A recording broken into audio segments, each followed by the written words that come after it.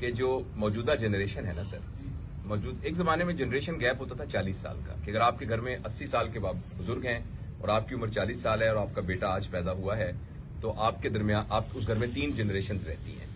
लेकिन अब ये मैं आपको सोशल साइंटिस्ट की बात बता रहा हूं, ऐसे अजम्पशन नहीं है कि अब ये जनरेशन गैप है 5 साल का। अगर आपका एक बच्चा 10 साल का है, एक 5 साल का और आज पैदा हुआ है, तो आपके बच्चों में 3 जनरेशन रह रही हैं, क्योंकि उन सब के ऊपर जो इम्पैक्ट आ रहा है उससे उनका वर्ल्ड व्यू बिल्कुल डिफरेंट हुआ है। इतना शॉर्ट पीरियड, इतना। अच्छा, अब सर मैं अर्ज कर रहा हूं कि जो नई जनरेशन आई है ये बहुत खुशकिस्मत है कि इनको 5 साल के बच्चे को उससे बहुत ज्यादा पता है जो कि सुकरात को या बुकरात को पता था। ये तो है उनकी खुशकिस्मती।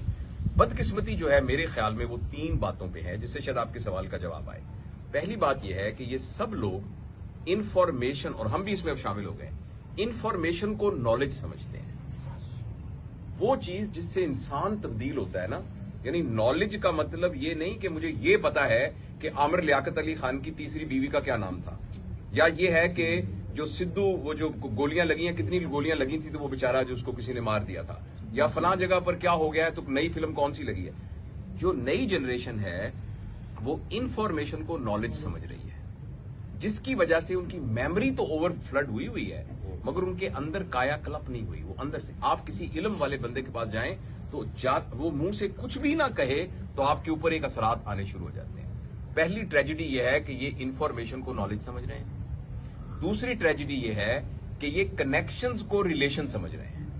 मेरा फवाद साहब से जो रिलेशन है इसको कम से कम 3-4 साल हो गए हैं। इसको बनाने में इन्होंने इन्वेस्ट किया है और मैंने इन्वेस्ट किया। अब ये जो आई एम श्योर कि आपकी ये महफिलें करते होंगे, इनको पता लगा मैं आया हूं तो इन्होंने मुझे इज्जत दी और एकदम ये पूरा एक एहतमाम किया है, जिसमें मैं पैसे की इन्वेस्टमेंट की नहीं बात कर रहा, एक मोहब्बत, एक ताल्लुक को इन्वेस्ट किया है। अगर इन्हें या मुझे ये रिश्ता तोड़ना पड़ा तो ये हम आसानी से नहीं तोड़ सकेंगे, हमें बड़ी मेहनत करनी पड़ेगी इसको तोड़ने के लिए।